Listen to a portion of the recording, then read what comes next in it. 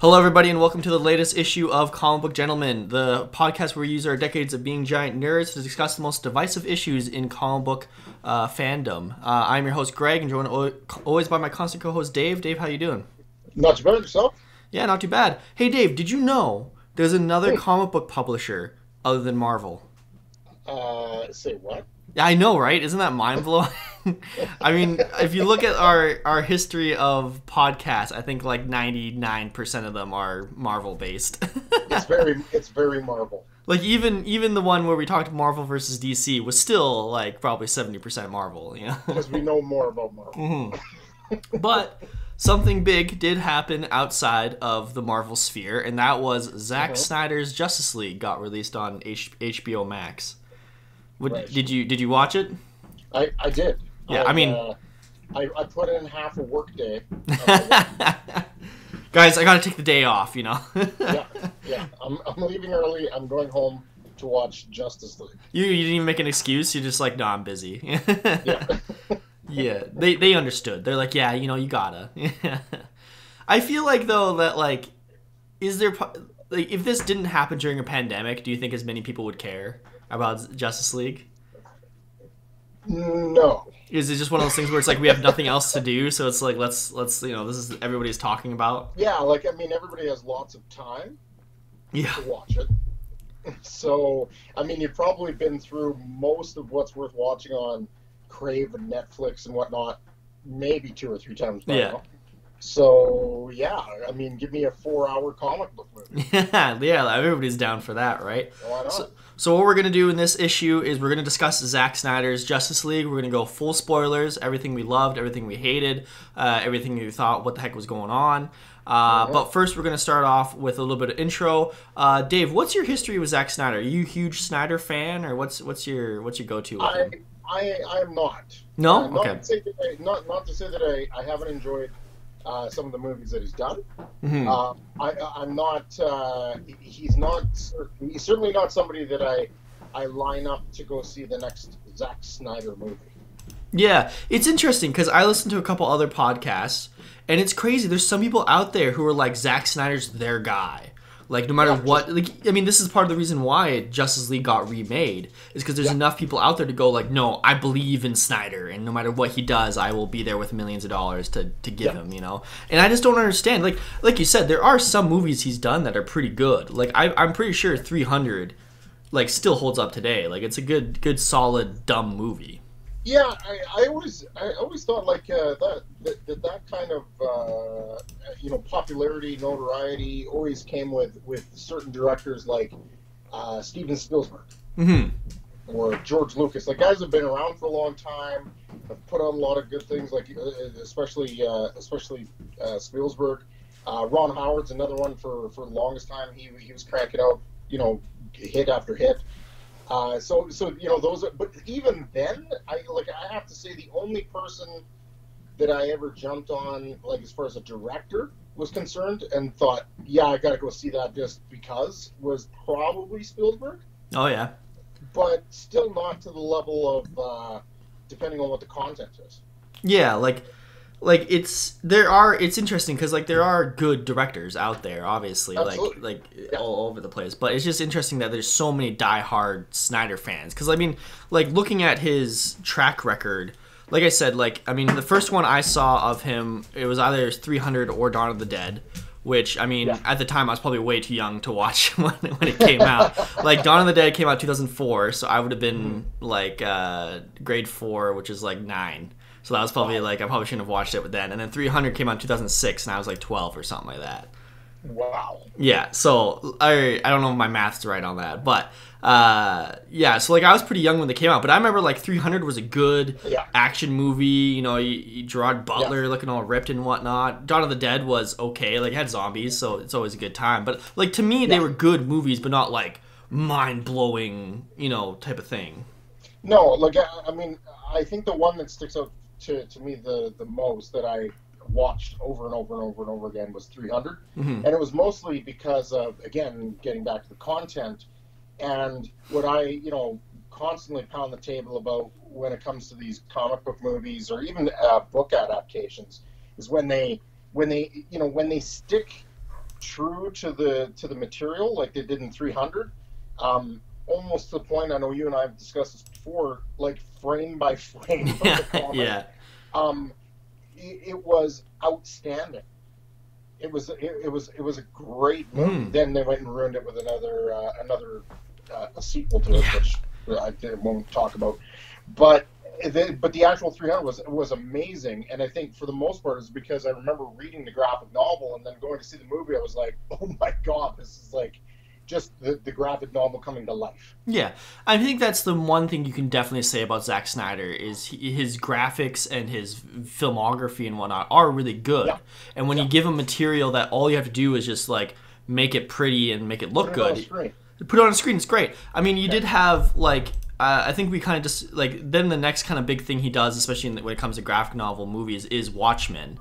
And like for me at the time when it came out, I was really into Watchmen, probably way too into Watchmen. Again, I was probably way too young to be into Watchmen, but whatever. But I remember watching it and going like, it was good. Like I think my biggest issue with it was that they changed the ending and they changed like a couple details that I was like, it would have been better if it had been like exactly the same. But for the most part, I wasn't like super mad about it. You know, I thought that was a pretty good like recreation of it, anyways.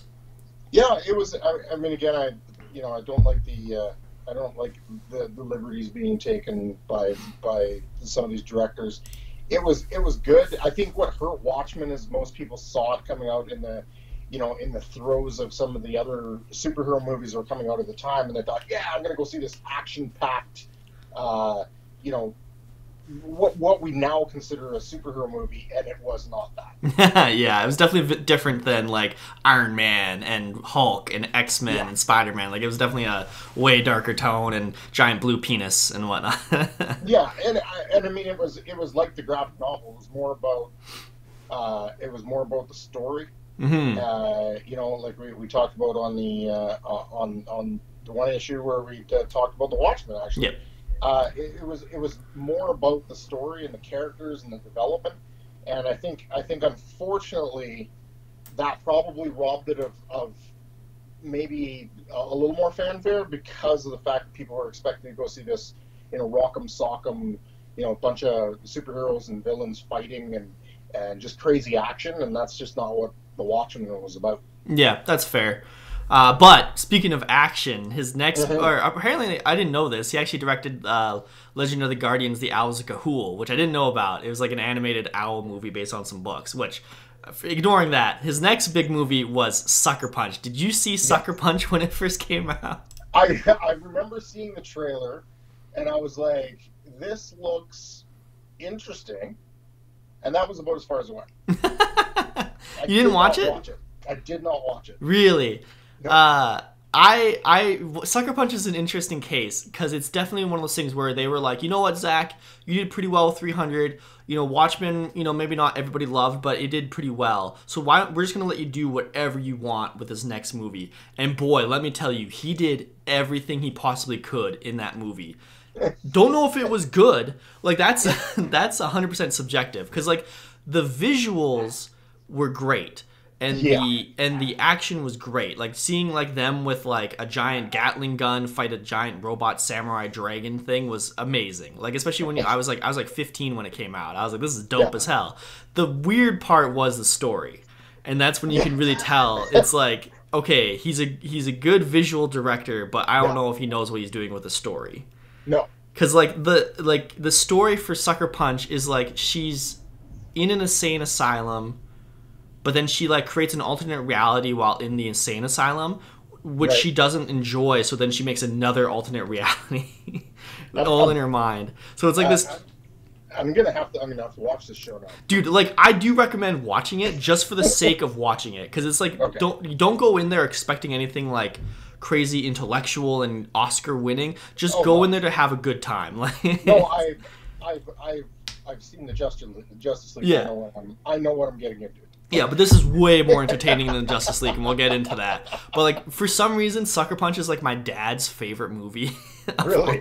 Because he just loved how absolutely insane it was, and he was just like, "This is great. I'm just here to have a good time." I mean, from what I remember, the trailers it kind of looked like Barbie meets like the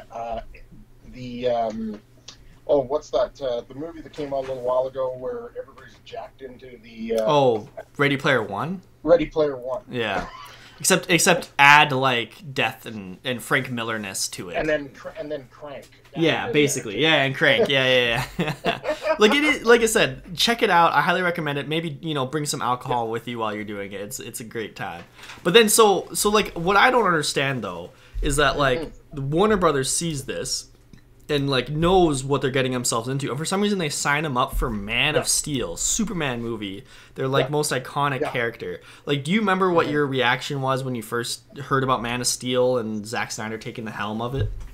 I remember when I heard it was coming out, it was kind of like, oh, okay, well, a reboot is probably due, because the whole continuation there with the Superman Returns, it just didn't, I don't know, just didn't sit well. And it had been so far out since the last like actual Superman movies had been made. So I definitely think I was kind of like, yeah, it's about time to boot it. I was kind of excited because I saw a couple pictures of Henry Cavill dressed in the suit, and he was looking super jacked. And okay, we're seeing it. I really didn't honestly pay attention to the fact that it was Zack Snyder doing it until well after the fact. Yeah, like it didn't really register. It really didn't even fall on my radar. Yeah, which is fair. I mean, I feel like at this time, knowing the director wasn't that big of a deal. Like, you could look back and go, like, what's his history to kind of get an idea of what you're going for. But I feel like the more focused thing people were working on is like, oh, there's a new Superman movie coming out. Yeah. And I think the other big thing was, like, this is right after Avengers happened, which is, I feel like, the really big point in which MCU took over the world is Avengers, right? So I feel like my mindset going into it was, MCU is killing it. My only, interaction with Superman and Batman was the Christopher Nolan movies for Batman, and then kind of Justice League and Justice League Unlimited for Superman. So, going into Man of Steel, I was expecting, like the Superman from Justice League Unlimited, just live action. And then, you hear about Zack Snyder, it's like, okay, so there's going to be some really good action scenes then. But then you go watch Man of Steel, and it was definitely different than what I was expecting. Like I said, I was expecting, Superman, he knows what's good and right. He's the good old kid from Kentucky or whatever it is he's from, and he's gonna, punch the bad guys. But then it turned into this like super emo, don't use my powers, sob fest. What was your reaction to Man of Steel? I actually, I enjoyed it in the sense of I thought it was better than anything they had done to date. Not that they had. I mean, it's really tough with Christopher Reeves back in the day. I mean, those movies were what they were. I mean, I remember watching those as a kid, and I was just absolutely, just beside myself about seeing Superman on the screen.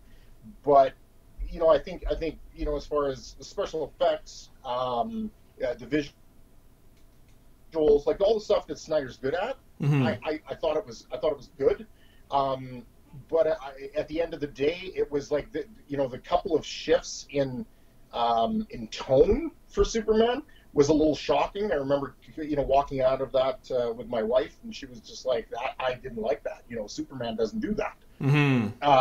So it was a little different. I liked his take in the sense of like, I'm going to try this and I'm going to be a little more edgy. Yeah. Instead of just, like, Boy Scout Superman, does the right thing all the time, saves the world, saves everything, nothing ever gets damaged. Like, he messed some shit up in that movie. Just a couple things. I mean, holy man, buildings were falling all over the place in that movie. It was awesome from that standpoint as well. So, I mean, I would say if I was going to give it out of a 10, I would say it probably falls somewhere around a 6, 7. Yeah. To me. Like, it doesn't blow anybody out of the water, but it's a good, solid movie.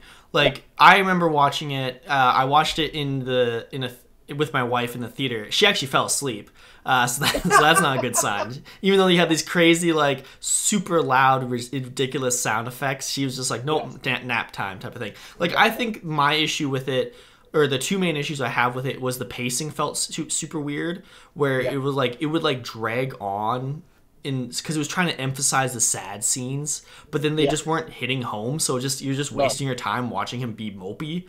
And it's like, okay, get on with it. Who cares? And then the other issue I had with it was just the way they characterized Superman. Because again, like what I was expecting was the whole like, you know, my parents taught me right. I'm gonna do what's right. But then instead in this movie, you had his dad sacrifice himself for a dog. And then tell Superman, no, don't save me, even though it would be like the easiest thing in the world for you to do. Don't save me and let me die. And I was just like, what?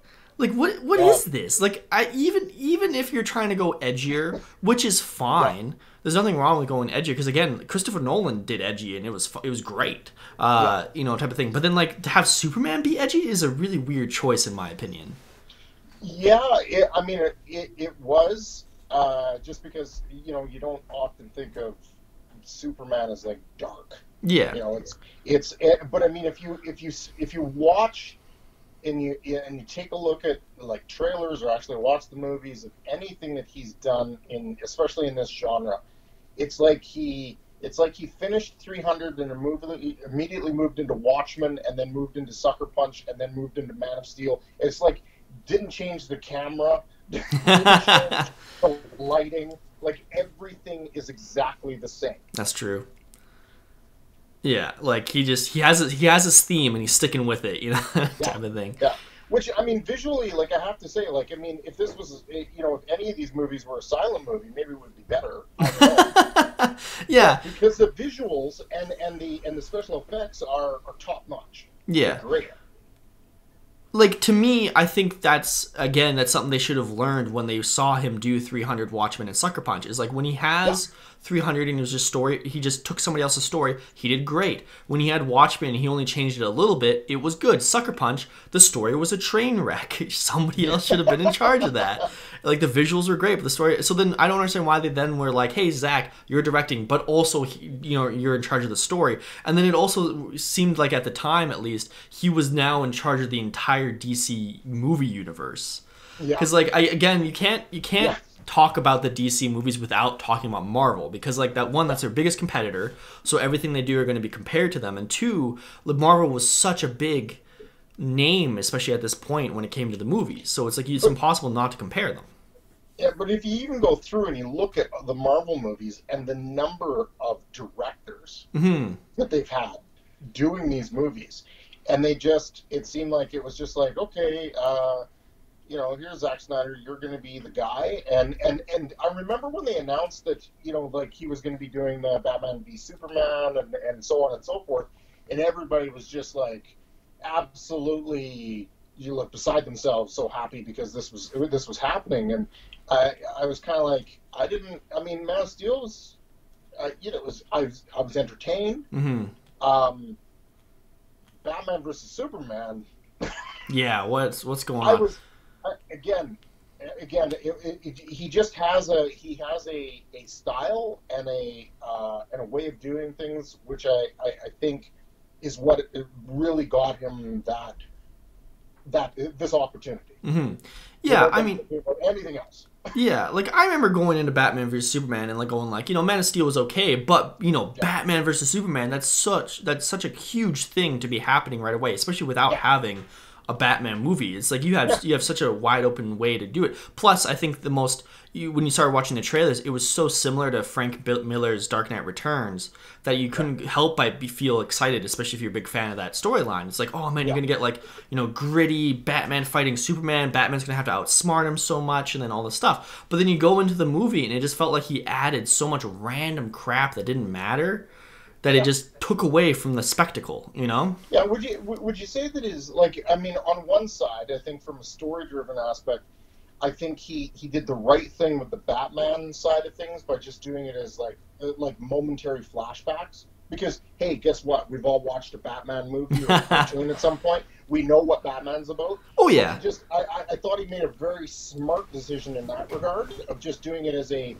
you know, kind of montage, quick little glimpses of this, that, and the other, just to kind of remind the audience, I guess, because some of us might have been coming out of caves at that point. We've never seen Batman before.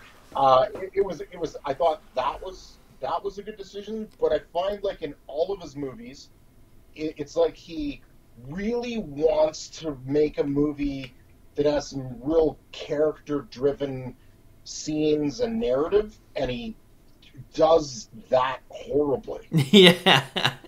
Yeah, pretty much. Like he wants you to care and have this He deep wants you to. meaning behind everything his characters say, but then they either just say something so stupid or they don't have the build up for it properly that it just falls flat, right? Like I agree. Like opening up that movie with seeing Bruce Wayne's perspective of the planet getting just destroyed by Yeah. Kryptonian was great, and like you That was immediately great. know in your head it's okay. This is why this Batman is darker. You know, like you Yeah. get that sense of thing. But then as you go through the movie and you just spend more time with both of them, and they start doing stuff that just doesn't make any sense for their characters after you just establish what their characters are, it just felt really like a letdown and like kind of took away from the movie. Because like in the end, the most infamous thing that came out of this super movie was the Martha thing, right? Yeah. And like, because the whole idea behind the Martha scene was supposed to be, oh, Batman now realizes that Superman is a person and Superman has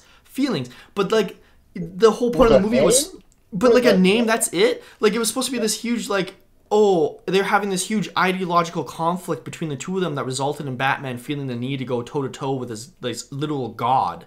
But then all he has to say is a name, and then, oh yeah, we're friends now, you know, type of thing.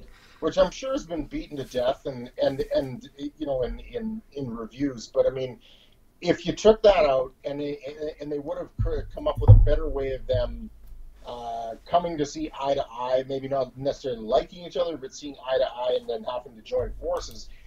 Again, it was a movie that I probably would have given a 6, 7, on a really happy day, maybe even an 8.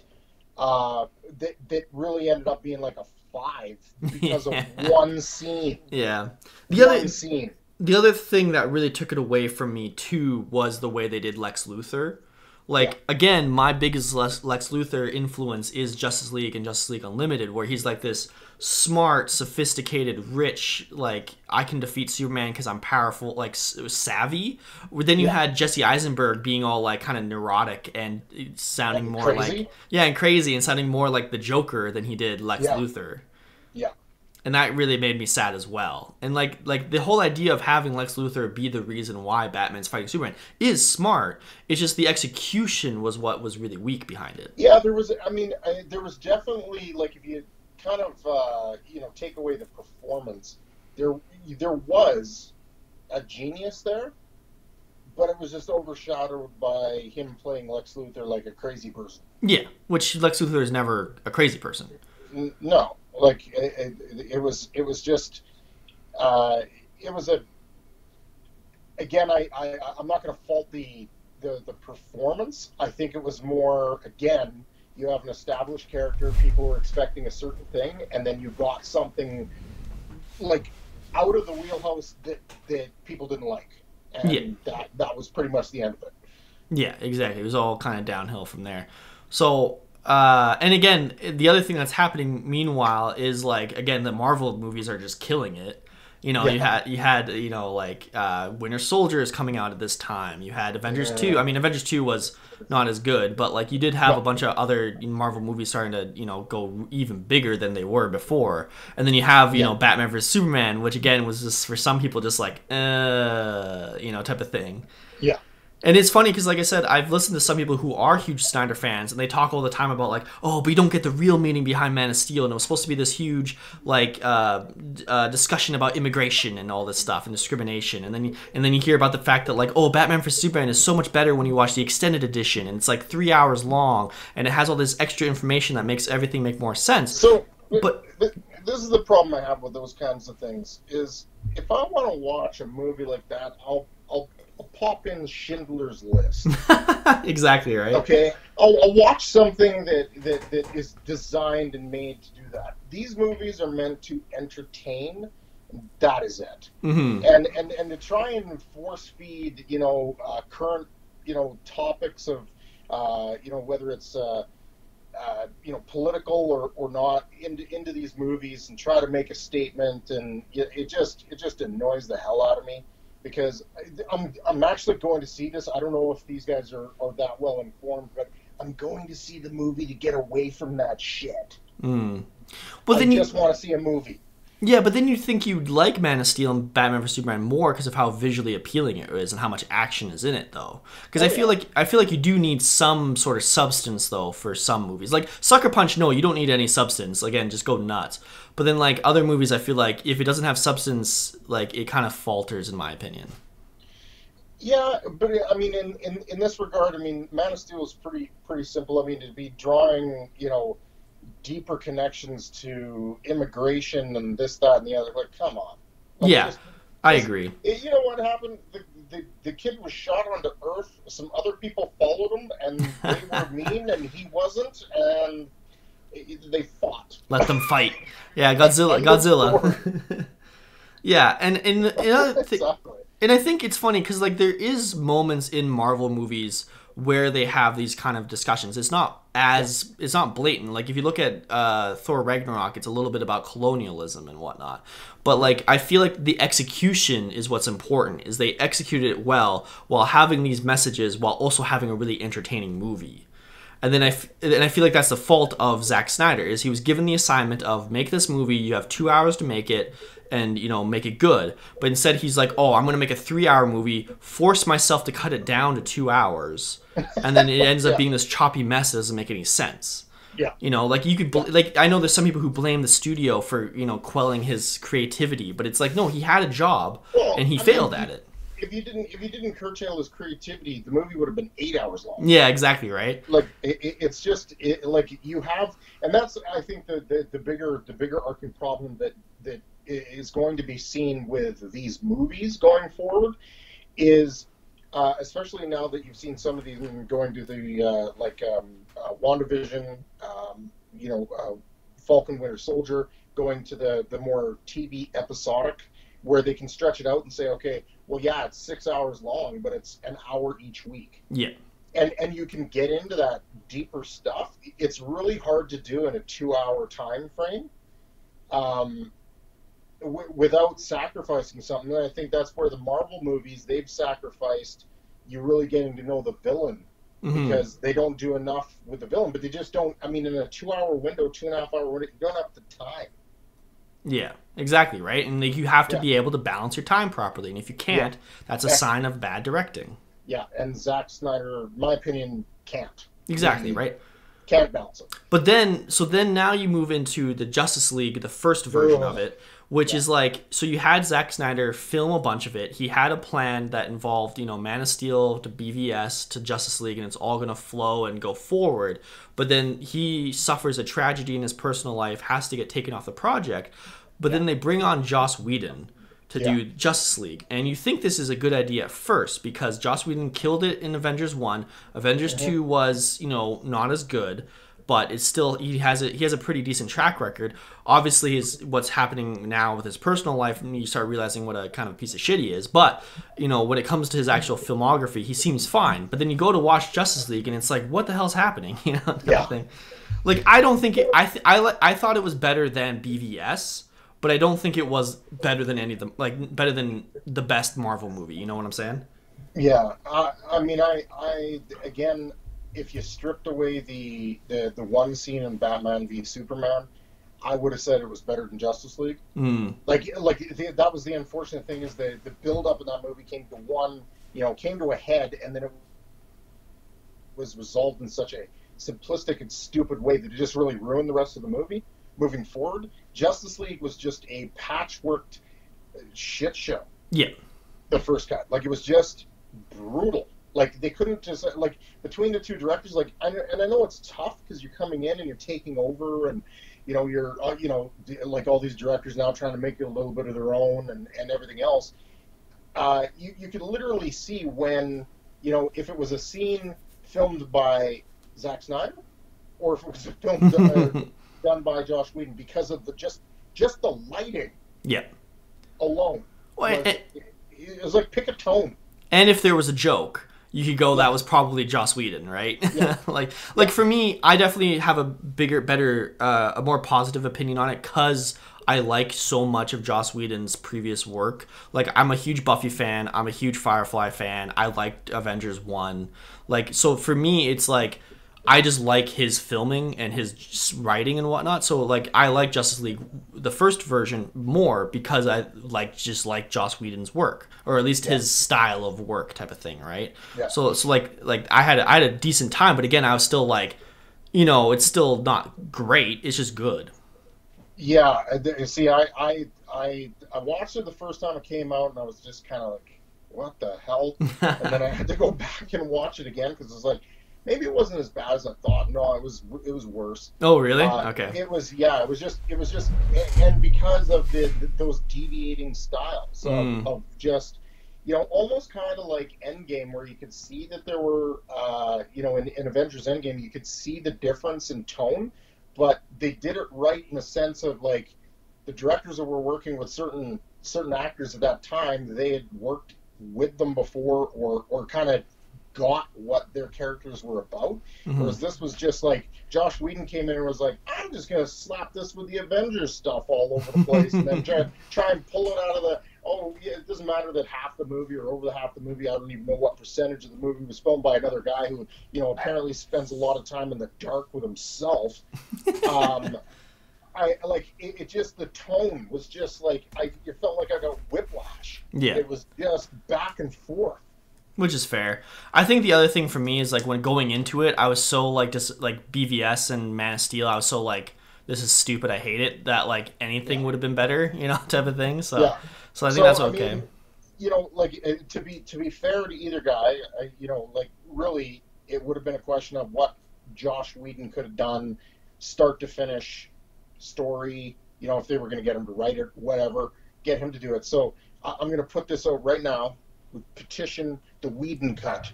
I don't know. I'm okay if Joss Whedon doesn't get any more work, you know, type of thing. But that's a whole different conversation. So speaking of the cut, so did you ever, like, follow the Snyder cut hashtags and, like, the movement and whatnot? No, in fact, like, when I saw it, I was like, this is, like, you know, you see it all the time. You see people petitioning shit all the time, and it doesn't go anywhere. So I mean, that's exactly what I thought of this. Was just like, oh, hashtag, you know, free the Snyder cut, and, you know, all this other crap. And I was like, yeah, this is going nowhere. So I really didn't pay too much attention to it, other than that it would pop up on my, you know, my Facebook stream posts every once in a while. You know, I'd see it mentioned on a YouTube video or something, but other than that, didn't really pay attention. Yeah, the one thing I did find interesting about the whole conversation that it brought up was the idea of, like, how much freedom should creative directors have with projects, right? Because I mean, this is also an issue that Marvel faced when it came to some of their movies, right? Like, if you look at Phase 2, a lot of the problems with Phase 2 was that they were trying to force these big time directors to follow their guidelines and their plot, and then that's where you got, like, you know, Thor Dark World and, like, a couple other movies that were and like Iron Man 2 and 3, where it's, like, very disjointed and whatnot, and then eventually they kind of, like, changed their direction by picking directors that could fit more into their guidelines. So, like, what's your opinion on the idea of, like, should directors, you know, if they have a creative vision, be allowed to fully create that vision, or is it, you know, okay for studios to go, hey, we're paying for this, we get to decide what's going on, type of thing? A studio's job is to pay for it. That's it. That's where I feel like the studio should just back the hell out of it, because whether it's the Marvel movies, whether it's you know, the DC movies, whether it's Star Wars, whether it's, you get these studios that have absolutely no clue what it means to be a fan of that genre or that thing, and then they screw it up because they think they think they know better. And I think that the Marvel movies hit because, like you said, eventually they figured out, okay, we gotta hunt for directors that fit the mold of the character, right? They will kind of, you know, be able to go in, make a movie in their style, right, which is what they're comfortable with, and it fits that character. The only one that I was, like, absolutely not sure what was going to happen was Taika doing Thor, right? Yeah. Because I was like, I've seen his stuff. I laugh. I think it's hilarious. But what the hell he's going to do, Thor? So that was Yeah. the only one that I was like, really, like, that was a shot in the dark. Like, I don't know if Kevin Feige just got drunk one night through a dark door or what, but like, holy cow! What a and I mean, you know what? Everything worked out. What a hit! What a massive, massive hit! But you know, I think the studios should just shut up. Yeah. Backseat. Yeah, I think like in some aspects it you need some studio help. Like when you're trying to have an interlocking storyline like Marvel where it kind of all Yeah. needs to flow. I mean, you need just a guy just to say like, oh, by the way, you know, have this as your end credit scene just to make it flow, right? And like, I mean, that kind of makes sense. But then you have like the DC movie universe where like you didn't really have that going on, so you didn't like, yeah, just let Snyder do his thing because that was the whole point of the Snyder cut movement was to try to say like, you know, this guy had a vision for his movies, you guys interfered, let him Yeah. finish his movie fully. Yeah. And like I was still on the side of I don't care because I don't like the movies he's done in the past, other like Yeah. his recent movies like Man of Steel and BVS. I was like, I didn't care if he got to do Justice League again, but I could see the idea of like, yeah, you should let him, you know, judge him based on what he was planning on doing as opposed to what ended up being, right? Yeah. Because like in the end he got blamed for Justice League when in reality like it wasn't 100% his fault until But I mean, you could also flip it on the other side. Like, look at the Marvel movies. Like, I think Josh Whedon got a lot of credit for something that once he was no longer heavily involved, continued to just be a juggernaut. yeah. So he got a lot of credit for something that I think really wasn't all him. Yeah, that's fair. No, that's fair. I mean, it's tough, right? Because when Yeah. there's so many people involved with a project like a movie, especially billion-dollar movies, like it's hard to give Yeah. one person all the credit or whatever. But then in the end, what happens is one person gets all the credit, right? Yeah, And I think it is exactly. tough. But I do agree with the movement of like, yeah, they should have, if you want them to be creative and run a project for you, let them run the project for you, right? Right? Or Yeah. just fire them and don't let them do it, you know? Yeah. Like to half-ass it is the problem. And so now you had years of this movement. It gained popularity, ebbed and flowed. They bought a billboard, you know, like it was crazy. Yeah. It was crazy how big this movement got. And then you hear the news last year during the pandemic that they're going to do it, that they're going to do the Snyder cut. Yes. And they're going to not only let him re-edit it and do whatever he wants, they're also going to give him millions of dollars to reshoot stuff Yeah. and add whatever you want. What was your reaction to hearing this happening? Um, I was kind of like, I was like, okay, interesting. I guess a part of me was kind of like, I wonder if this is going to be as, big a flop as the first one, which would be would have been absolutely hilarious in the sense of, everybody putting, such a big stink into this and then watching the movie come out and it's like no better or worse than the original one. Yeah. Would have just like absolutely made my day. But obviously I was curious. Yeah. But beyond that, I wasn't like, circling the date on my calendar. That was it. It was just more of a mild curiosity. Yeah, and it's funny because like you hear Snyder cut and you're like, okay, so he's just gonna cut it, the way he wants it. Then you hear, oh, it's gonna be like a streaming exclusive. I mean, especially because it's a pandemic, so that's the only option they have. It's like, okay, interesting. Then you hear it's gonna be like 6 hours. And now it's like, what the hell is happening? It's like, what's going on? Like the build up for this movie was pretty crazy. Like they had a full on marketing team and like people, the actors were hyping it up a crap ton because they were on Snyder's side the whole time and like it was interesting. But yeah, so the movie comes out. Did you watch it like day of or? Pretty close. Like when I heard it was out, I took a look to see. I think it was like that week. I looked to see if it was available. It was. So that weekend, I watched it. Yeah. So I didn't watch it till like a week or so after it came out. So I had like a bunch of podcasts and YouTube videos talking about it beforehand, and like almost every single one I saw said it was amazing. Like it was like said it blew the original one out of the water and it made up for all of Man of Steel and BVS's faults and all that stuff. And I was like, wow, they actually did it? That's insane. So then I go to watch the damn movie and I was like, this is garbage. What is this? So what was your reaction to Zack Snyder's Justice League? Oh, it's so complicated. I like there were aspects I liked and aspects I didn't like. Okay. I did like the fact that it had the same tone the whole movie. Yeah. Like it was filmed in that Zack Snyder dark universe that he seems to like to live in. So, I mean, that was nice. And just the overall tone, like the characters weren't like in one scene, dark tone Zack Snyder, and then the next scene cracking jokes. like it was just kind of flat that way. Like I did appreciate that.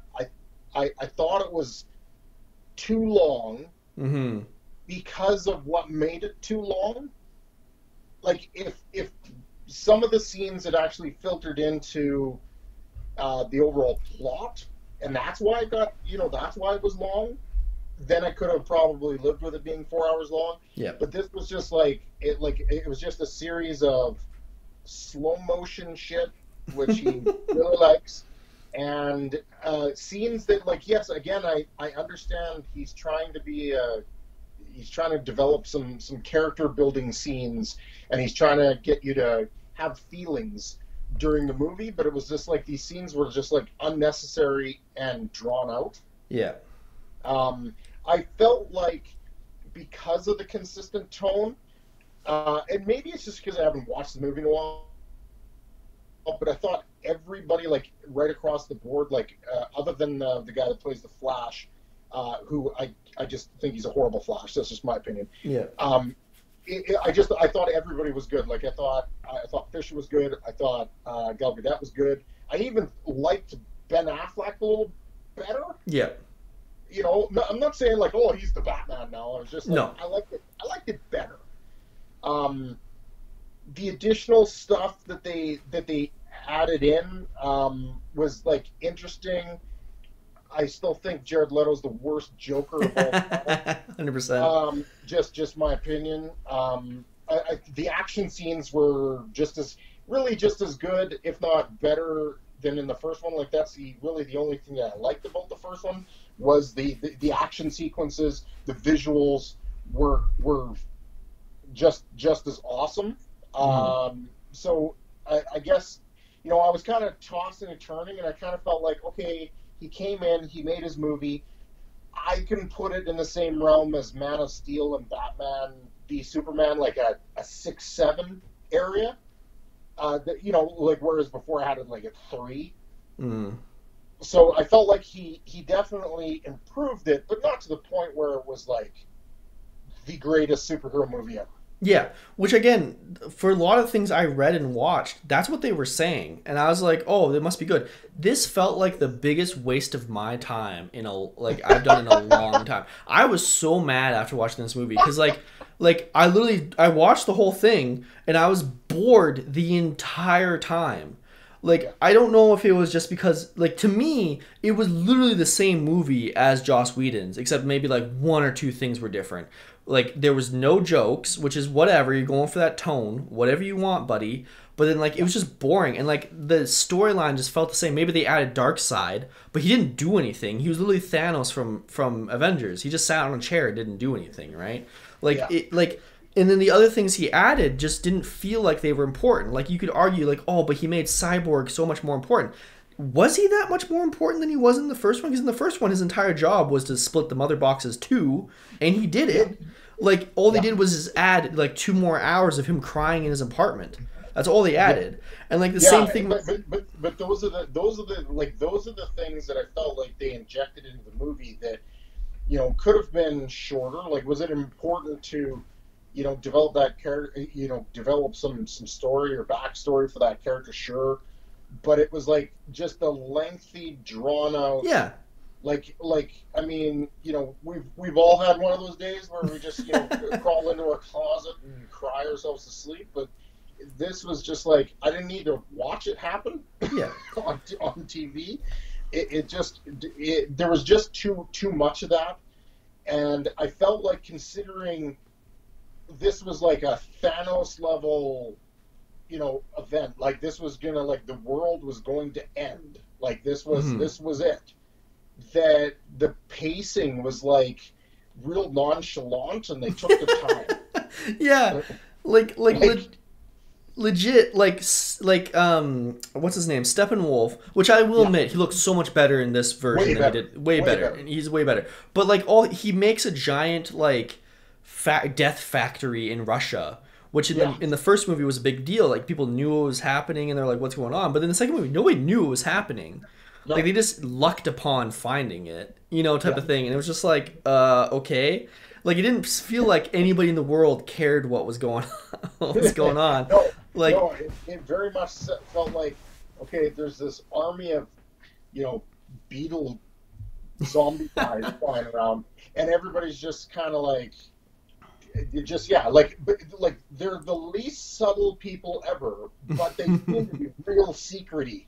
Yeah. Nobody knew what the hell was going on. Yeah, I just, and again, I feel like it's a pacing issue where sure, you're allowed, the studio told you have as much time as you want, it's going on streaming, you don't have to fit within 2 hours, but I still feel like this would have been a 3 to 4 hour movie that he then stretched out to 6 hours.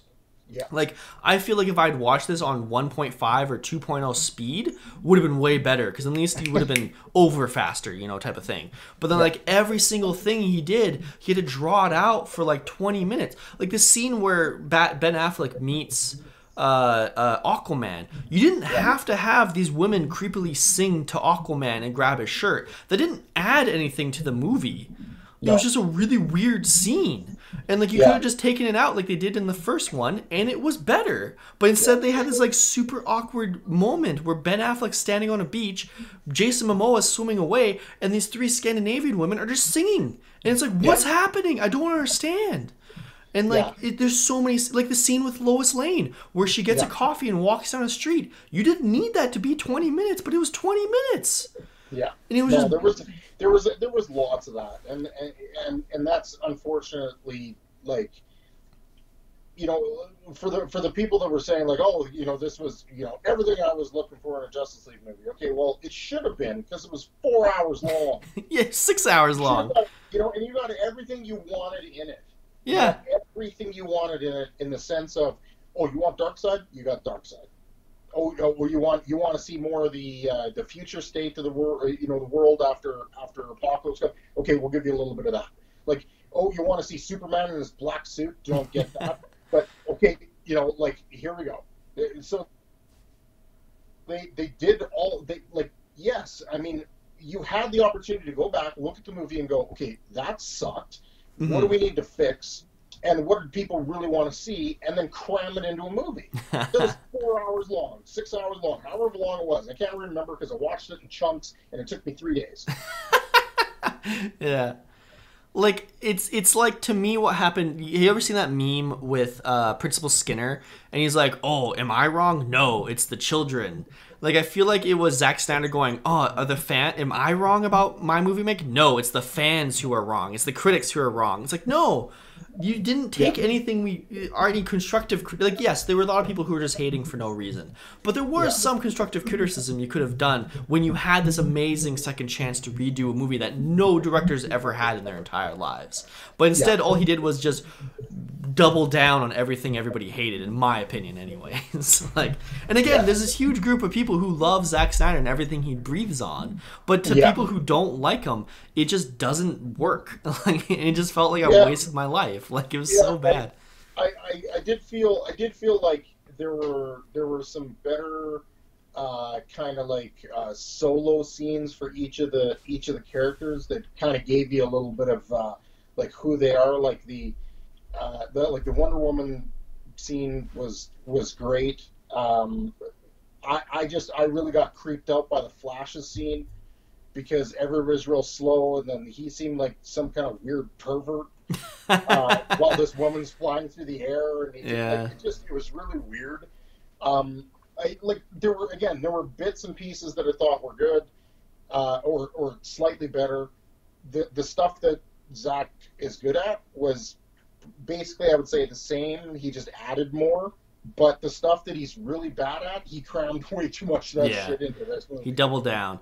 My biggest positive in this movie is the guy who plays Alfred. This is one of my favorite Alfreds, because there's one line It's where it's when Ben Affleck comes back after trying to recruit Aquaman, and Yeah. and like Alfred's being super snarky, which is great, and it kind of reminds me of like the 1990s Batman animated series, Yes. snarky Alfred. And then he says like, "Oh, the guy who spends all his time alone in a cave isn't good at recruiting people." That blows my mind, and that made me laugh. I was like, Yeah. "That's funny. You roasting your son or whatever you want to call him is hilarious." But then everything else was just super cringe. Like him with the tea with Wonder Woman, I was just like, "Oh, that's cringy," type of thing. And then when Superman shows up and Alfred's just like, "Yeah, they went that way," and that was it. Like, why did you have to have that scene?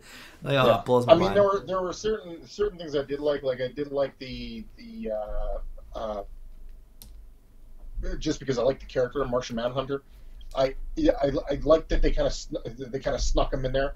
I still feel absolutely bummed out because I am, out of all the Justice League, Green Lantern's my favorite, and still nowhere to be seen other than the very beginning. What the hell was with Darkseid getting chopped with an axe? Or Steppenwolf? Oh yeah, that did happen to Darkseid. Yeah. Yeah, he got like owned right at the beginning of the movie. Like, what do you guys? Don't even worry about Superman. Just go get an axe. Yeah, go find Ares. Apparently, he did a great job. Yeah. So, I didn't understand that, and I know you and I talked about this, but the whole, Superman shows up, just lays the biggest whooping on Steppenwolf. Mm-hmm. And just kind of really, I get it. It was cool in the sense of, especially if you're a Superman fan, you're like, yeah, that's Superman. Yeah. But it kind of just devalued everybody else there completely. 100%. Like, this movie ended up becoming, instead of the Justice League, it became Superman and his groupies. It was Superman saves the Justice League. Yeah, exactly, right? Which is the most, BS thing. Because, again, when you watch other Justice League stuff, not even just Justice League and Justice League Limited, you watch, Young Justice and, a couple other of the animated stuff, it never feels like Superman is the only reason they win. It always feels like everybody's pulling the weight. But then this movie turned into, an hour of them, their entire job is just to resurrect Superman. And then once they do that, there's no reason to have any of them there. They can all just go home and Superman would have taken care of all of it, type of thing. It's just one of those, it's insane to me that, that ended up being the entire point of the movie. At least in Joss Whedon's version of Justice League, it still looked like Steppenwolf could punch back and could fight back against Superman. That's why he had to have Wonder Woman and Aquaman kind of help him out fighting Steppenwolf. But in this one, he literally takes all of Steppenwolf's blows, laughs, and then just punches him away. Literally, there's no point in having... the only other person you needed in this movie was Cyborg, because Cyborg had to deactivate the mother boxes. See, the only thing I didn't like is and again, it's this waiting issue. The first Justice League, I felt like, okay, Superman shows up, helps turn the tide, barely, they win. Yeah. If this guy reports to Darkseid is going to own this team. Yeah. He's going to destroy him. You better go get some more Justice League members. Yeah. He is just going to lay waste to these guys. But then it was in this one, they went the opposite direction. It was nah, as long as we got Superman, we're cool. Exactly, right? Yeah. And then, they kind of hint in this movie that Darkseid's plan now is to, corrupt Superman or whatever and just bring him over to his side. But again, that just reiterates the fact that, the rest of the Justice League is useless because the second Superman goes over to the other side, they lose because Superman is their only trump card. Yeah. Like the fact that even Wonder Woman couldn't compete with Superman is insane to me, Yeah. No, it was kind of a... it was Superman 3. Yeah. Yeah. It just didn't work. It kind of just diminished the whole thing. And at the end, like I said, there was some good, there was some bad. The only thing that I really didn't like is it got a lot of positive reviews. I remember the week leading up to me watching it, I saw tons of it was 8 out of 10. Yeah. 9 out of 10. This is the movie that we were looking for. And I was like, God, I hope it not that I was wishing that it was the worst movie ever, but I was like, oh God, I hope not, because what kind of a precedent does this set? set. You know, you go and you make a shitty superhero movie. Okay, so let's just say they crank out another Avengers movie and it bombs. Yeah. So what? We just petition and make a new one? Yeah. Well, Like even before we got over the last one. well, even the second that Zack Snyder's cut got approved, they started calling for the Ayer cut for Suicide Squad.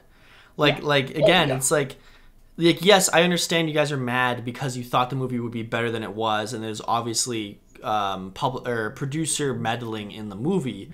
But at a certain point, you just gotta let it go and move on, right?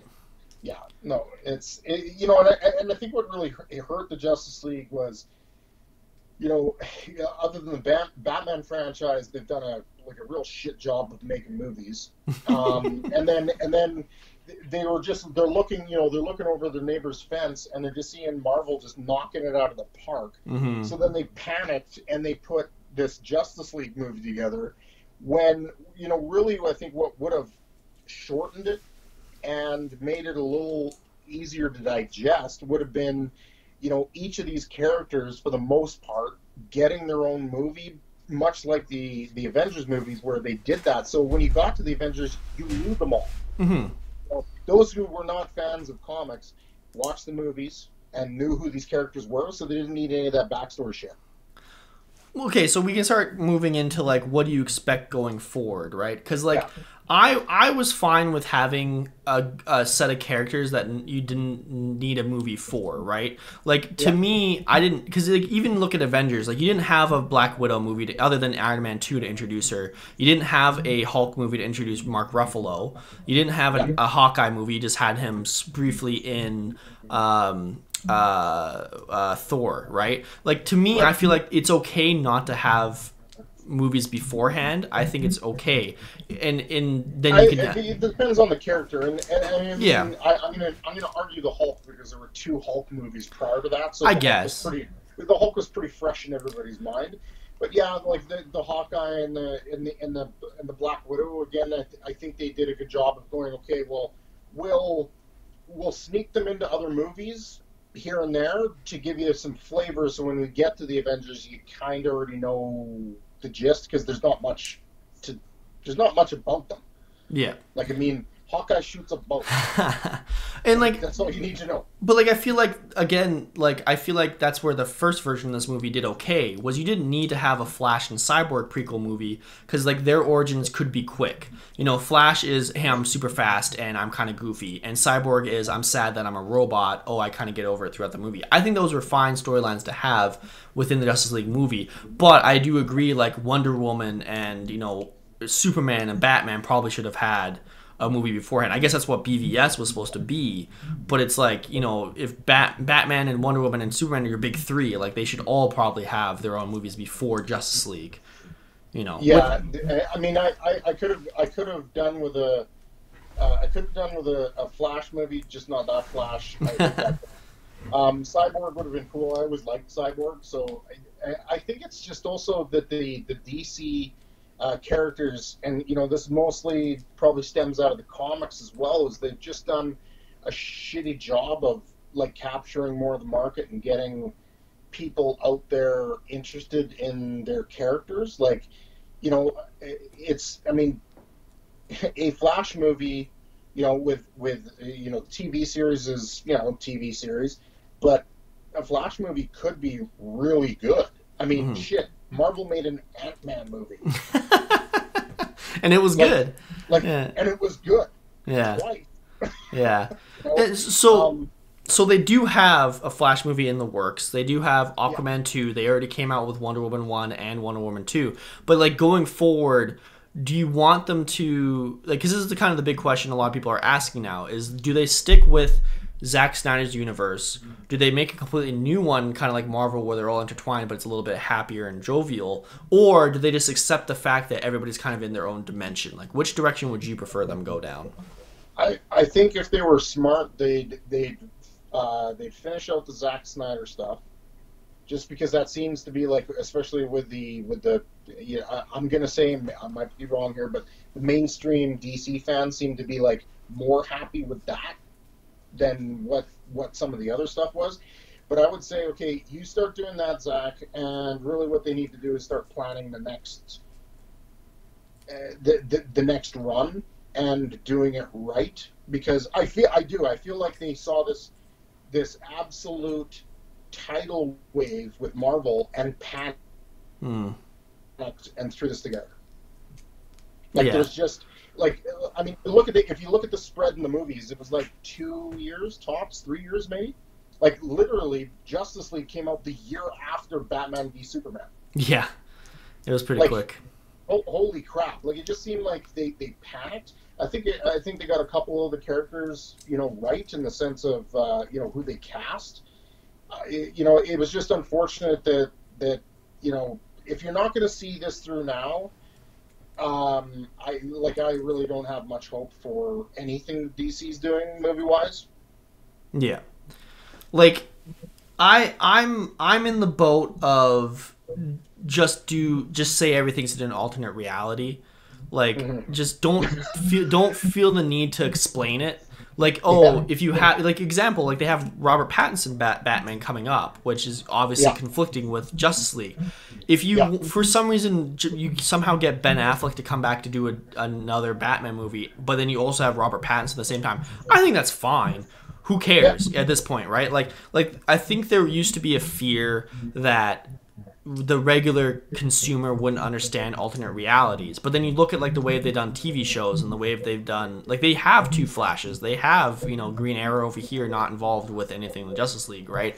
I think people are smart enough to figure out, or they don't care enough to care, type of thing. You gotta have those two camps, and I think it's fine to say like, Aquaman is in Justice League, but then he's super different in his own movie, and that's fine, type of thing. Like I think just say they're all alternate realities and go forward. And especially considering how that's such a mainstay in the comic books anyways, just do it. I would say just make a good movie. Yeah.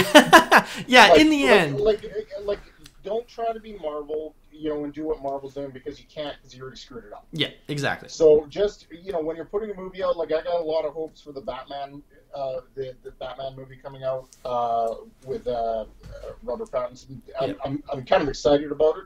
I like that gritty level, but it's really tough when you have, gritty Batman, and then with, shining hope Superman. Like it works in the comics, but it just doesn't work on screen, because it's just not, I don't know, it just didn't, well, at least with Zack Snyder stuff, it just didn't come off. See, my counter argument to that is the issue wasn't that one was super happy and one was super dark. I think the issue was both of them were too dark, and then that made, like, it just made it a depressing movie. Whereas, like, if you actually had a Superman who was like a type of guy, then you could bounce off a dark Batman. I think it would be more interesting, because that's what made Justice League and Justice League Unlimited such a cool show, was you had that dynamic between the two of them. And the other thing that I find interesting is people say like, you can't do edgy superheroes because like all the Marvel movies are so jovial and whatnot. But then you look at like Dark Knight trilogy by Christopher Nolan was amazing. Joker with Joaquin Phoenix was amazing. Then even Captain America Winter Soldier is darker than the rest of the Marvel movies and is considered one of the best movies in the Marvel MCU. So like I think it's totally fine to have a darker, you don't have to have jokes, it's just it has to be executed well. And I think that's a key thing, is that Zack Snyder doesn't do it well. I can't put my finger on it, but even in those dark movies, there's just a tone to the Marvel movies that just doesn't feel dreary and like that. I don't know. Like they just really don't. They don't give me a sense of like dread at all. Like, I mean, I remember watching it, walking out of Endgame, and I wanted to just pretty much slap everybody that was crying because everybody turned into dust. Oh, you mean Infinity War? From Infinity War. And I'd be like, are you freaking shitting me? Like, the way they set it up, it's like, of course they're coming back. Yeah. Like, just give your head a shake. But it just, like, even in those moments, like, that, it seemed bad, but it wasn't, it didn't have the at least for me, it didn't have the oomph behind it. Just the way it was just the way that all Marvel movies are filmed, like it just didn't go there. But again, I think it was more that they managed to embody the direction, whether it was through the director or whatever, the story, the writers, getting the right actor to play the characters. Like Marvel just did, and I don't know if they just fluked out. I guess we'll see as they move into this next phase. Mm-hmm. But they just seem to knock out the park in every direction they went. Yeah. They could just randomly pick a hero at this point and make a movie, and it'll be like a blockbuster. Yeah. Where, I mean, Aquaman, when it came out, I was like, oh, this is a bad idea. And it was a bad movie. But then it made $1 billion. Yeah. Yeah. It's absolutely horrible. And I don't know. I really don't know. Like, DC's tried over and over again, and it's not like I don't think they have some of the right actors. I think both sides have, actors that are good in the roles that they are, and some actors that aren't. But it's just, they just seem to be in such a mess that they don't know what they're doing or where they're going. And it seems like their whole take is just to try and catch up to Marvel. So what you're saying is, Dave, ain't gonna happen. Is they should have somebody in charge to kind of lead the way to make sure they're all good, right? Yeah. So what you're saying is Kevin Feige should take over DC. I would love to see Kevin Feige. You hate Kevin Feige. What are you talking about? That's why I'm liking this idea that you just pitched. Yeah. Get rid of Kevin Feige. There is I guess if there's anything that I can say positive about Kevin Feige, I'm sure he's a decent human being, but outside of that, like from a work perspective, yes, it's exactly what you said. Is somebody saying, okay, let's make sure that all of these are connected. If that's what you're doing, I think DC's mistake would be trying to do what Marvel did. So don't have a Kevin Feige. It's not going to happen, and they don't have a Kevin Feige type person who's up there saying, okay, I am steering the ship or at least keeping us on course to where we're going. And I mean, I'm gonna say Kevin Feige, for the most part, it looks like, at least, I don't know because I don't work on any of these movies, but it looks like he lets the directors, the actors, like he lets it go. Like he hasn't got his thumb on top of it the whole time. Because if that's the case, you wouldn't have gotten Ragnarok. Yeah. Because that was Thor on LSD, and it was amazing. Yeah. Yeah. It's a tough thing. I think just let them go wild and see what happens, right? Like I think like you look at Wonder Woman 1, Shazam, and Aquaman. Like you might have hated Aquaman more than I did, but I think they're all fine movies. Like they're all 7 out of 10s or something like that. Like I feel like just let them breathe and do their own thing and see where it goes, type of thing. Whereas opposed to like trying to force yourself to either be Zack Snyder or be Marvel. Like either of those options, I don't think is going to work. So yeah, and it's the same thing with the Black Adam movie coming out. Like there's so much hype behind it, and I just I just hope they get a win somehow, because like they are hyping the hell out of this, and if they just bomb another one, I mean, it's unfortunate because it came on the heels of it's coming on the heels of Wonder Woman 1984 was not good. Aquaman, I didn't, there were parts that were okay, but I mean for the most part I didn't like it. And the same thing with Shazam. I was like, that's disappointing. Like their whole ship at this point, like they're just they need a win desperately. Like the last movie that they cranked out was, I'm going to say, the first Wonder Woman. So do you not consider Joker to be a part of any of this? Do you know what? As much as I enjoyed the performance in Joker, I don't know. You didn't? I thought you did like it.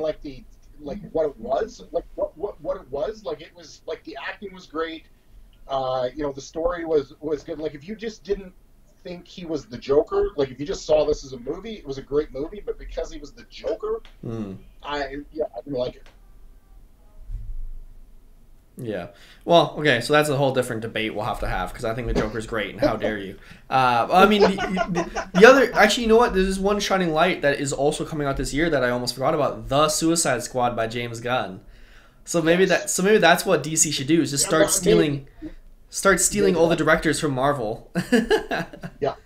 Like, could you imagine? Just cut it loose. Like, I mean, Suicide Squad should be like if James Gunn does what I think he will do with it, and it's somewhere between Deadpool and Guardians of the Galaxy. Great time. You're gonna have a great time. Great time. And that's what they need to do. It's kind of like Disney's decision to go, okay, well, yeah, if we do another Deadpool, it's gonna be rated R because that's what works. Like, what a smart move by Disney.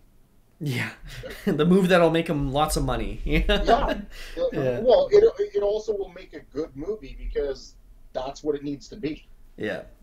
Like, I could not imagine a PG friggin' Deadpool. Like, that would just be horrible. Oh, it'd be so bad. Oh, wait a minute. They made PG Deadpool. Yeah, was it? No, I didn't watch it either.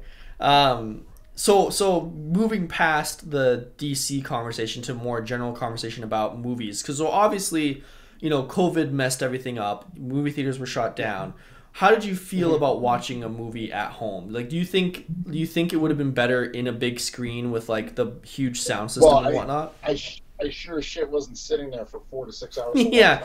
So that's the other question, right? Is that like you have streaming now, which allows you to do longer things. Like you said, you have WandaVision and you have Falcon and the Winter Soldier. Do you think more studios should start utilizing streaming more? Yeah, I think they should. Like, I think there's two things they should do. They should be streaming more, because at the end of the day, like I didn't mind paying the depending on the movie, it was $20 here, $30 there. I didn't mind paying that because I got it. I could watch it in my own leisure. I could watch it in my house. I could still have friends over. I didn't have to have the annoying rest of other people with their cell phones on or hooting and hollering or just doing stupid shit. What I would say I missed from it is, there's some movies you just have to see in a theater because just the size of it, the scope of it, the special effects, it just feels better on the big screen. But I do think, like, with some of the options like they're doing with Black Widow, it's just saying, look, we're going to put it out in theaters, but we're also going to release it on demand kind of thing. I like that. If they actually released it. Yeah. Which they should have released it months ago, but that's a whole different conversation. But yeah, I think it's a good point, like you were saying earlier, where it's like the longer format of streaming allows you to do more story-based stuff. So I feel like if your plan is to have a more in-depth story, then it's great to have that on a streaming service. But if your plan is just to have a bombastic, non-stop action flick like a la Godzilla vs. Kong, that probably should be a theater type of situation, Yeah. Yeah. No, I mean, I think that's the second thing. Like, I don't mind the release of the movie. Like, Black Widow is supposed to be coming out in June or July? I don't know anymore. It keeps getting pushed back. That's what they've announced, that they're going to do a dual release, so it's going to be available on Disney Plus or maybe it was HBO Max, whatever it was. They're going to release it, and then they're going to have it on, obviously in the movies, obviously in the States, because at the rate Canada's doing their vaccinations. It'll be sometime next year when we're actually high-fiving each other. Yeah.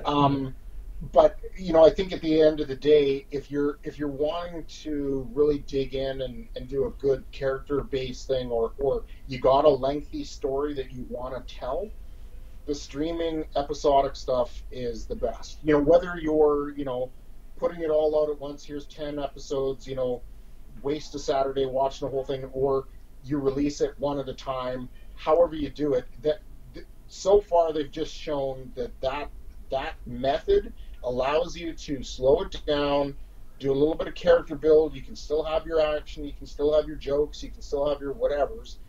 It's just a better format. And I mean, seeing these studios do shows like Game of Thrones and some of the other ones that are out there, Umbrella Academy, like the budgets on those are awesome. Like, look fantastic. I don't see them any different than a movie. Yeah, in some cases, for sure. Yeah. So yeah, we'll see what happens going forward. I think they should start utilizing like even if I think Justice League was way too long than what it needed to be, the fact that you could pause it and come back to it was a benefit, right? So yeah, definitely think streaming should get a little bit more love as we go forward. Any last thoughts before we close out, Dave? You know what? Again, it was just too long. Mm-hmm. It had some highlights and some lowlights. Overall, I do agree with you. It didn't feel like as I was watching it, my wife kept asking me, how much different is it? And I was like, I can't really tell. Yeah. Like, it's longer. There's some parts in there, but I just really hope that whatever they do next, I hope Suicide Squad is good. Oh, it better be. I hope they can start gaining some traction with some of the stuff that they're doing. Yeah, like if the Suicide Squad isn't good, just give up. Like you can't do it. They should just stop and pour all their money into animation. There's nothing else you can do at that point. No. There's literally nothing else you can do at that point. So thank you everybody for listening in onto our deep dive of the SnyderVerse.